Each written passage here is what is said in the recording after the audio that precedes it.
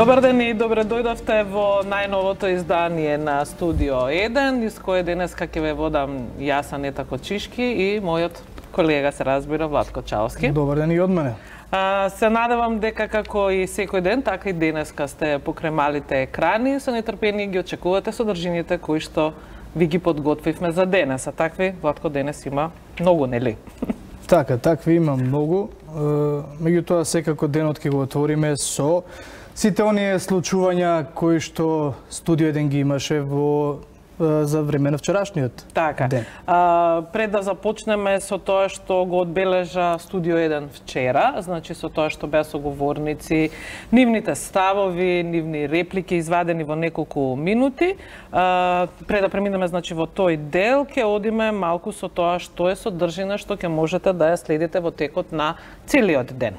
Значи по овие први половина час и вестите кои што следуваат во 14 часот и 30 минути, првиот гостин кој што ќе го имаме денеска во нашето студио е господинот Никола Галевски, кој што е организатор на еден голем глобален лидерски самит кој што се случува утре во Скопје, самит на кој што се едуцираат луѓето кои што сакаат да бидат лидери и водачи во своите дали организации, дали генерално во општеството, но се луѓе кои што доаѓаат од големи компании како што е Apple, како што се говорници на TEDx, како што се најпродавани бестселери на New York Times и така натаму, но за тоа Никола ќе ни каже повеќе во своето гостување овде.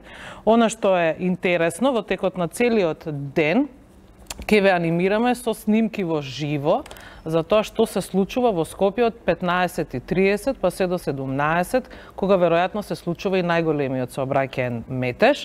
За овој ден и за оваа прилика, денес четврток, обезбедивме снимки од дрон, кои што ќе одат во живо, низ целиот временски појас, кога ќе се јавуваме во студиото, ќе го повикуваме и нашиот колега кој што ќе прави снимки за тоа што се случува пред собранието, пред владата и на уште неколку навистина раздвижени, но пред се во гужва, раздвижени раскрсници во градот Скопје. 16 часот ќе имаме прилика на Skype да имаме соговорничка, која што, верували или не, има и таква македонка која создава парфеми. Македонка која што има изострен нос и живее и во Швајцарија и во Даблин, и за тоа како таа работи и како се чувствува таму каде што живее, ќе ни раскаже во тие некои 5-10 минути кои што ќе ги имаме на Skype, а се разбира и во овој појас следува и сторијата која што Тинекс и 1TV ја прават секоја недела, односно сторијата во која што 1TV и Тинекс донираат помош за социјално загрозени семејства, помош која што ги обезбедува нивните основни животни средства во време трајање од 1 месец. Значи акција со која што се обидуваме барем за малку да внесеме среќа и би рекле спокој во домовите на овие семејства. 17 часот колегата Антонио Крстевски ќе има линковско јавување и секако соговорник на ова линковско јавување, господинот Љупчо Арсовски, долгогодишен дипломат, но она што ќе биде тема на овој линк и секако неколку прилози кои што ќе следуваат и ќе ги повикува колегата Антонио, ќе бидат токму приказната за тоа колку пати Унгарија досега речев екзекутирала.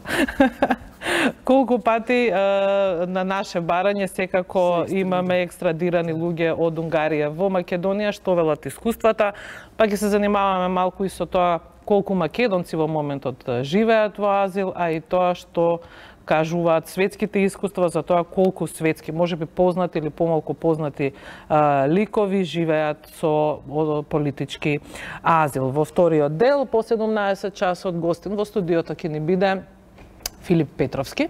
Ќе зборуваме за тоа кој се денес протестира, зашто протестира и секако кавгите на оние кои што се деновиве многу често по улиците, па и пред куќите на пратениците. Ќе ги видиме основните мотиви, но пред се Филип Петровски ќе биде овде, јас би рекла да ја раскаже својата приказна, бидејќи еден од луѓето кои што добар дел од својата кариера ја поменал на улица. па да видиме колку тоа на крај вродило со плод. И секако 21 часот, централниот дел на Студио 1, она што го најавуваме веќе неколку дена наназад. Гостин во Студио 1 ќе биде Христијан Мицковски, лидерот на ВМРО ДПМН, кој што ќе одговара на повеќе прашања кои што ќе ги постави колегата Чомовски, но не помалку и нашите колеги кои што ќе имаат и линковски јавувања, а секако и прилог, портрети за тоа кој е Христијан Мицковски, колку знаел или не знаел за бегството на Никола Груевски, како и одговори на многу актуелни политички прашања. Се надевам дека и преку графика и преку приказна успеавме да ви го доловиме денешното Студио 1. Владко? Но, така како што напоменав на самиот почеток, нели, Анета, се враќаме на она што вчера се случуваше во Студио 1 и она тема која што веројатно многу ретко наидува на реакции, особено од јавноста која малте не новинарската фела ја става во еден кош, ја третира, како што би реклеве, дел од оние поискусни уредници, поради грешките на некои други, цела новинарска фела се третира на исти начин, без разлика дали се тоа сениори или јуниори новинари кои што напорно работат, се трудат. Самостојниот синдикат на новинари и медиумски работници има нов, односно веде председател на синдикатот, долгогодишниот новинар Звездан Ѓоргиевски, кој што во студиото зборуваше за сите оние проблеми со кои што се соочуваат новинарите во спрега како внатре во редакциите, така и надвор, како и потребата да се организираат внатрешно во синдикални здруженија за остварување на своите права, па предлагам да го погледнеме тој дел од гостувањето на Ѓоргиевски. Работа за синдикати од било која област, не само новинарската област, има секогаш. Јас би рекол дека во Македонија моментално, како и порано и претходните години од кога постои синдикатот, особено во новинарството има големо поле за работа. Значи, и неговото формирање пред 7-8 години кога го формиравме беше во суштина не беше формиран синдикатот само ради тоа да се има синдикат, него затоа што се чувствуваше сериозна потреба од неговото постоење. За заштита на новинарите. Општи се, како да кажам, приоритетите на сите синдикати, тоа е пред се социјалните стандарди, екзистенцијалните стандарди, правата од работни односи, прековремената работа и така натаму. А кај нас знаеме дека платите се ужасно ниски, ако воопшто ги има во новинарството. Знаеме дека наши колеги масовно одат во други професии, не од нешто друго, него токму ради екзистенцијални причини. Така што приоритетот на синдикатот се разбира и натаму ќе биде врзан на тие работнички некои права, се разбира и на собствено етаблирање, на омасовување, бидејќи е неопходно, масовноста е секако важна и како за етаблирање на организацијата, меѓутоа еден од главните, или ако не и главниот финансиски извор за опстојување на синдикатот е всушност чланарината. Звездан, една од вашите мисии беше да бидат известен медиатор меѓу новинарите, редакциите и собственичките структури. Колку се успеа во тоа да се отвори некаков диалог за да се разбере што е чија ингеренција и докаде собственичката структура може да оди во нешто за а при тоа да не биде нарушен новинарскиот кодекс? Тоа е многу тешко прашање, потрошивме многу енергија, многу време, многу напори и многу тешко пробиваме кај собствениците. Во суштина тешко се разбира моментот дека сме на истата страна. И ние и тие.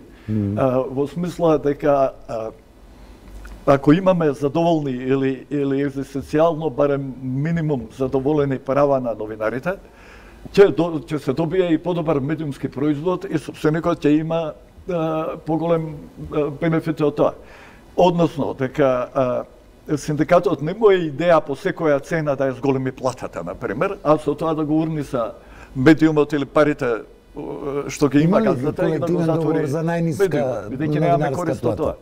Колективен договор има ли за најниска новинарска плата? Нема колективен договор, значи синдикатот подготви уште пред некоја година нацрт колективен договор. Значи еден Колку би материјал кој требало е да се спремен за движи преговори. најниска? Работата е што немаме партнер за преговори. Не Тоа икат. значи дека Собствениците не икат да преговарат. собствениците прво немаат своја форма, немаат своја организација, собственичка, има, да кажеме, телевизиите нешто, меѓутоа нема као медиуми. Не формираат своји Да, синдикати, не формираат. кели не формираат И, синдикални. Че се Така да плашат немаме ли? партнер во Да, социјалниот многу секtor. важно. Се плашат, да. Што е со интегритетот на новинарите? Мислам, стравот да се произнесат, да ги изразат потребите, да крајот кришната да кажат што ги мачи, кои се нивните проблеми во однос со собственичеството. Тие синдикални структури во рамките на редакциите успеваат да се формираат? Има два, по мене, два проблема. Еден од проблемите е апатичноста и недовербата. Значи, новинарите немаат доверба дека синдикатот може било што да направи, а од друга страна е тој страв дека Како и во ако другите он професии, Звезда. да кажеме, појави во синдикатот или се произнесе како синдикален не знам, член на синдикатот, дека може да има сериозни последици на работното место. Значи, имаме еден куп газди кои најбуквално Санкционираат. да се членува. формира синдикална организација во таа фирма. Од друга страна, и самите новинари ја имаат велам таа апатија. Така, тоа беше извадокот од вчерашното гостување на долгогодишниот новинар, сега веде председател на синдикатот на новинари и медиумски работници Звездан Георгиевски, кој што има целосната поддршка е токму од ова студио за да ги брани секако правата на новинарите, бидејќи новинарската работа воопшто и не е лесна. Меѓутоа, освен Звездан Георгиевски, имаме чест на уште еден вчера значаен во гост. студиото имавме чест да гостува и еден амбасадор на земја членка секако на Европската унија. Станува збор за амбасадорот на Република Франција, Кристијан Моние. Тимоние. Тимоние.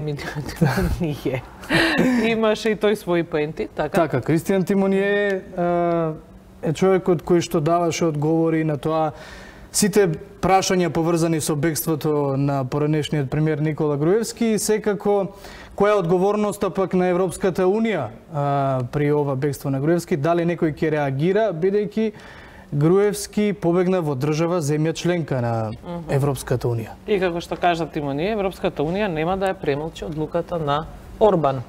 Боријан Јовановски со амбасадорот на Република Франција во вчерашното издание на Студио 1. L'Union européenne, c'est un espace libre. Vous avez des frontières extérieures. La frontière hongroise, c'est l'une des frontières extérieures, celle-là avec la Serbie. Et c'est vraiment étonnant comment c'est fait que lui, il a réussi de se retrouver à Budapest sans passeport, quoi. Alors ça, c'est une affaire de la souveraineté des autorités hongroises. Et vous savez, l'Union européenne, c'est encore une union d'États souverains. Et donc ça, cette question... Mais une fois rentré en Hongrie, lui, il est libre. C'est quand même une frontière de l'Union européenne. Alors les questions après seront regardées, je crois, de très très près. Et donc sur le fond, vous m'avez posé la question sur l'entrée dans l'espace hongrois. Ensuite, après, les choses seront vues sous une autre manière. Non, j'insiste sur l'espace européen. Oui. Ouais. Alors, la vraie question, c'est, pour moi, comment il est sorti d'ici. Et, ok, c'est une question, mais aussi, la question, c'est comment il s'est fait retrouver sous le territoire de l'Union européenne. C'est fait sous la responsabilité des autorités hongroises qui sont responsables de l'entrée sur leur territoire. En tant que pays membre de l'Union européenne, pays membre important, un des pays fondateurs de l'Union européenne, est-ce que vous allez demander poser des questions à Budapest au gouvernement d'Orban. Pourquoi et comment ça s'est fait? Alors pour l'instant, les décisions du gouvernement hongrois n'ont pas été, je crois, rendues totalement publiques sur le sujet, parce qu'on parle d'une affaire récente d'hier soir. Pour l'instant, dans l'état de mon information, elle est encore très fragmentaire, puisque le plus d'informations que nous avons eues sur la motivation est venue du parti de M. Orban. Encore une fois, pour moi, c'est pour l'instant une affaire bilatérale entre la Hongrie et la Macédoine sur les conditions et de sortie du pays et d'entrée ailleurs et de passage d'ailleurs par d'autres pays. Vous êtes diplomate de carrière professionnelle. Est-ce que et comment vous commentez le fait que tout un groupe de diplomates hongroises était mêlé dans toute la trajectoire de l'ancien Premier ministre? Alors je vais être bien peu... C'est diplomatique ou... Je vais être bien peu diplomate sur le sujet, mais tout ceci pose la question, bien sûr, du socle des valeurs européennes. On ne peut pas éviter la réponse à votre question. Sur quelles valeurs communes on veut bâtir l'Union européenne? Est-ce que c'est simplement piquer des subventions à Bruxelles? Est-ce qu'on a une vision commune justement de ce qu'est la responsabilité politique? Est-ce qu'on a une vision aussi des valeurs communes qui nous unissent? Ou est-ce qu'il s'agit simplement d'une sorte de mariage de commodité? Est-ce que, et ça pose la question dans notre opinion publique, des élargissements à l'est de l'Europe, est-ce qu'on a une sorte de franc-maçonnerie, si j'ose dire, de personnes qui exercent le pouvoir en toute impunité et qui se donnent, pour des raisons de convenance, parfois bonnes, parfois mauvaises, des impunités? Est-ce qu'on peut faire reposer l'espace européen sur ce genre de choses? Très clairement, la réponse française, je peux vous dire, est non. Et c'est une vraie question qui se pose dans d'autres pays sur comment les États s'arrangent pour donner l'impunité aux hommes politiques qui, à un certain moment, ont exercé le pouvoir. Alors on voit dans certains pays, on essaye de rogner la justice. Dans d'autres pays, il y a des dérives qu'on appelle illibérales, et on le fait sous un manteau nationaliste. C'est-à-dire, ah non, Bruxelles ou les autres ne doivent pas regarder ce qui est fait, c'est nous, chez nous. Alors, il faut savoir si on veut réellement construire une union, et cette union, c'est quand même d'abord une union de valeurs. Donc au-delà de l'anecdote, tout ceci pose vraiment, en effet, la question de valeurs communes européennes. C'est ça ce qu'on se demande ces jours-ci, parce que notre aspiration, c'est de joindre l'OTAN et l'Union européenne. L'OTAN et l'Union européenne, ils demandent l'état de droit de Macédoine, mais de l'autre côté, on a une démonstration forte de quelque chose qui est opposé d'état de droit, quelque chose qui s'oppose aux efforts d'imposer les principes d'état de droit en Macédoine et qui vient d'un pays membre de l'OTAN et de l'Union européenne. Voilà, la question du respect... Comment expliquer à l'opinion publique qu'est-ce qui se passe? Vous avez tout à fait raison, et la question aussi des valeurs de l'état de droit et des valeurs minimales se pose encore pour d'autres membres importants de l'OTAN.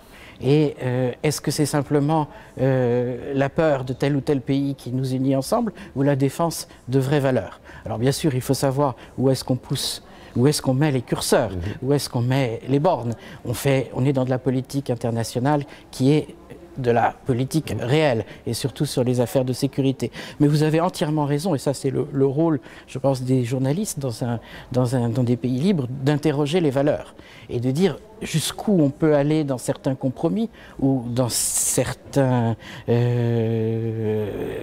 accords pour obtenir certains résultats et sans casser les valeurs au nom desquelles on agit. Et ça c'est une chose, je pense, ce sont des questions très fondamentales, qui sont des questions politiques aussi.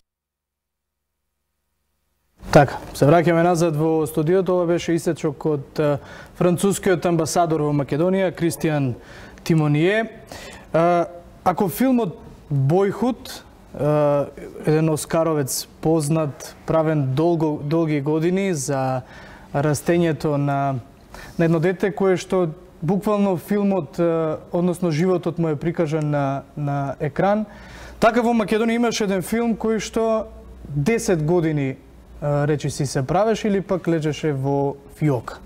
Така е, во бункер, но тоа не значи дека снимале некого како расте и се разбива, туку седел во бункер и ги чекал соодветните средства што се вели за да се заврши со неговата постпродукција. Вчера во студиото Васил Христов како режисер и Игор Ангелов кои што зборуваат за филмот во кој што, верували или не, премиерата се поклопи токму со бегството на нашиот поранешен премиер, а овој филм зборува поточно за киднапирање на некој премиер. Па сметам дека подобар пиар пред самата премиера не може ни да замислат да имаат. Се поклопија приказните во Македонија, што би се рекло. Значи Васил Христов и Игор синоќа гости во студио 1 кај Боријан и приказната за тоа како се создаваше Хеј.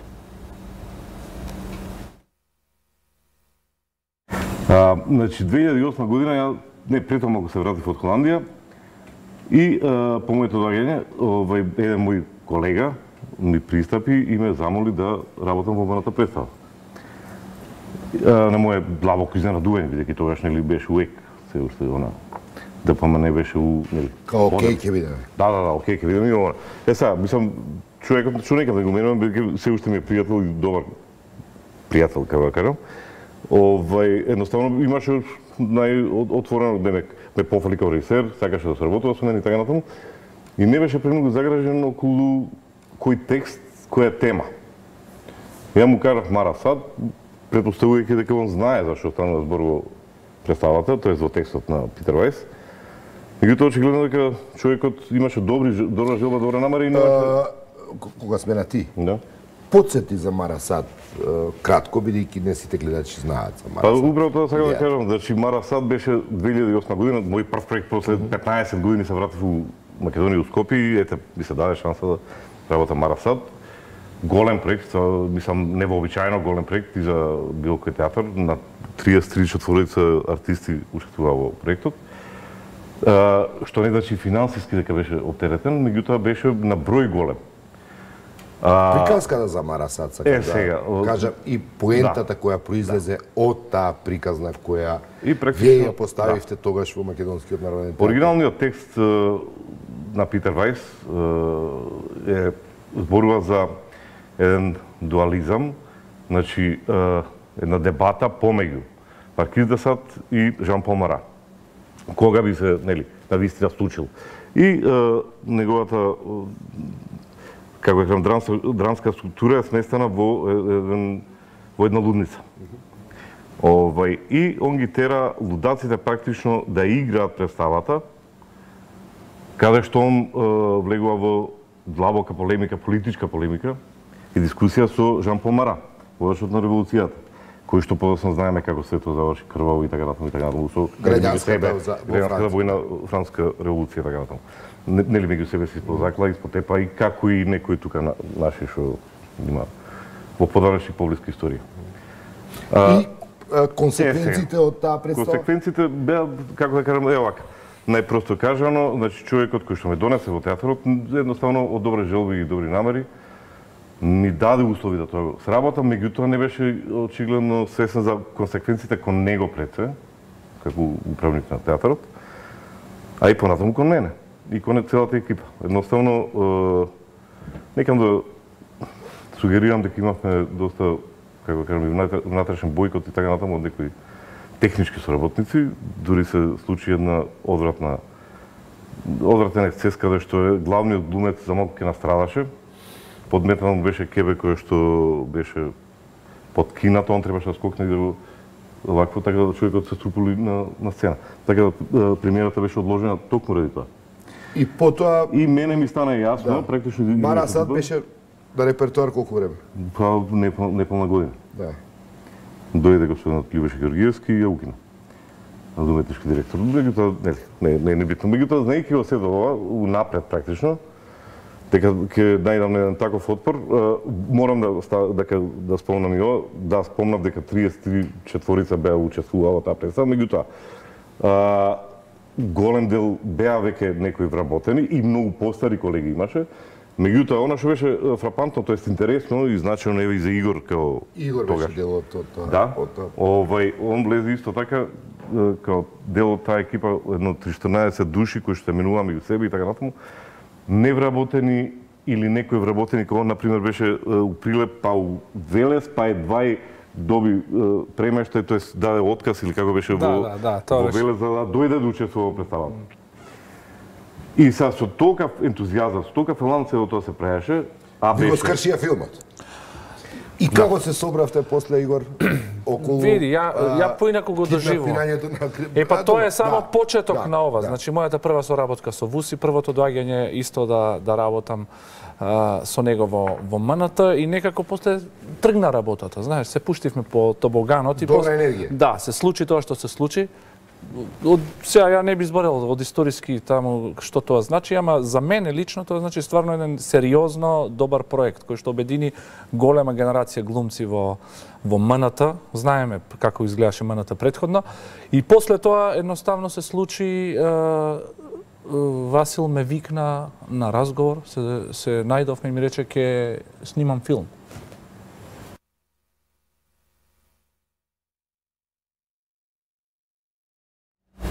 Ете уште еден доказ за тоа дека не треба никогаш човек да се откажува. Така. Или дека за некои работи никогаш не е доцна.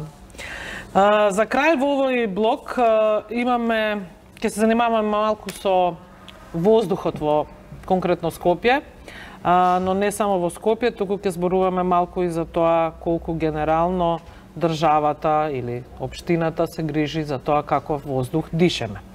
Утринава направивме снимки низ неколку делови од Скопје, низ повеќе општини, тоа општината Аеродром, Ѓорче Петров и Центар, каде што со дрон, повеќе или помалку, сега колку може со око да се види каква е состојбата некаде во предплодневниве часови. Со овие снимки и графички приказ за тоа каква е состојбата во моментов во одредени општини кои ги споменав, за почеток од општина Аеродром, ќе можете да се информирате доколку живеете нели во Скопје, каква е состојбата со воздухот во моментов. Но тоа не е се. Чаловски имаме неколку кратко објаснување само за бројките кои што ги гледате на екранот. Ако дозволените PM10 честици, односно концентрацијата на тие PM10 честици не смее да биде поголема од 40 микрограми на метар кубен, во моментов е 32, што ќе каже дека воздухот не е загаден во моментов. Меѓутоа, тоа е болна тема која што секако предизвикува реакции секојдневно на социјалните мрежи и се организираат протести за волја на вистината. Една порака која што доаѓа од првото лице кое што би требало да се бори со загаденоста на воздухот, бидејќи Скопје е во топ 10 најзагадени градови во светот. Тоа го покажува индексот на квалитетот на воздухот изработен од Универзитетот во Чикаго, значи во топ 10 во светот. Скопје е најзагаден град. Меѓутоа, Садула Дураки, министерот за животна средина и просторно планирање, вели дека тој не се бави со граѓаните и Македонија не е Швајцарија. А зошто не се бави со граѓаните? Тоа е затоа што коалицијата за чист воздух, оние кои што се едни меѓу најгласните, се одлучи да ја тужи државата ако не ги испочитува нивните сите барања. мерки предвидени за така. И навистина е во Швајцарија веројатно министерот за животна средина се грижи за граѓаните, па затоа имаат и почист воздух. Ја видовте состојбата во Аеродром, во моментот ја гледате општината Центар и состојбата во општина Центар. Од овие бројки кои што можеме да ги видиме, можеме да заклучиме дека веројатно во или изминатата ноќ или генерално изминатото деноноќе некој убав ветар дувнал во Скопје, што И има мала загаденост, да. Имаме мала загаденост. Но коалицијата што ќе ја тужи државата не е веројатно единствената која што го дига гласот и обичниот граѓанин. Секако можеме само да подсетиме кои се најголемите загадувачи на воздухот, како и тоа дека лекарите бараат итни мерки против загадениот воздух. Ова е тема која што ги засега сите, па ги засега и оние што одлучуваат, а коалицијата се бори да има поголеми буџетски средства за борба против аерозагадувањето и воопшто за заштита на животната средина. Така. И бидејќи во текот на денот ќе имаме се уште вакви снимки, ќе можеме уште неколку пати да ги погледнеме и пред да преминеме на информативното издание на вестите. Само во рубриката верувале или не, може слободно да кажеме, а тоа е дека Скопје ќе се кандидира, односно градоначалникот го кандидира Скопје за најзелен град, за Европска зелена престолнина во 2021 година, нешто што наидува на безброј коментари и лавина реакција, кој се знае дека изминативе години, без разлика која партија управува со државата, против воздухот малку се прави. Така е. За крај го гледаме Ѓорче Петров и состојбата таму. Значи, она што можеме да го заклучиме од овие снимки и од овие моментални мерења е дека скопјани денеска можат малку од малку да здивнат, иако овие бројки можат од час во час и да се менуваат. Отворете прозорите, проветрете денес. Додека има тоа се едни од мерките, да. Има кога и има време. Во ред, тоа е од прилика околу загадениот воздух. Ќе се обидуваме ова секојдневно да го практикуваме, да го имаме како пракса, барем во овој зимски период кога и најмногу се зборува за загадениот воздух. И уште еден коментар за Шилегов мораме да дадеме за тоа дека ќе го кандидира градов за најзелена престолнина. Ајде да не му земеме за зло или да не се смееме толку на овој предлог, затоа што годината која што доаѓа во предвид е 2021. Што значи дека за 3 години би можеле да... Кој знае колку дрва во градот ќе пораснат и сликата ќе биде поинаква. Добро, овде преминуваме на информативното издание. Ако е Александар наместен Александар на своето место. Токму така, подготвени сме со најновите информации од земјата и светот да им ги презентираме на нашите гледачи, но со вестите почнуваме веднаш по кратката најавна шпица.